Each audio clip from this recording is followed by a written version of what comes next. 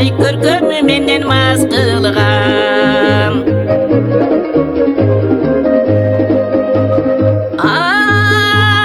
Шудыр менен чолоктор еңседим сени сагынып, жайкалып өскөн гүлдөрүм жакама үзүп тагынып, обоңуз достон бөлүшчү аяскадан чыккан жаңырып.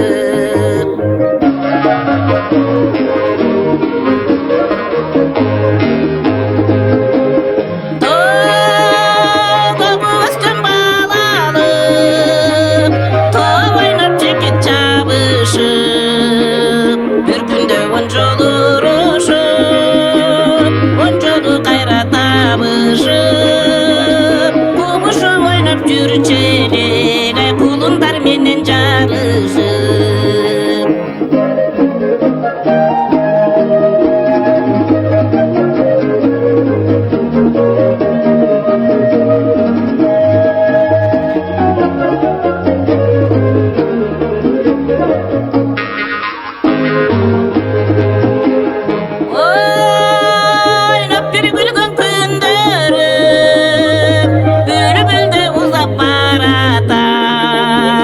Мен тойбуз шаштык кезимде мезгилим голдон талашат.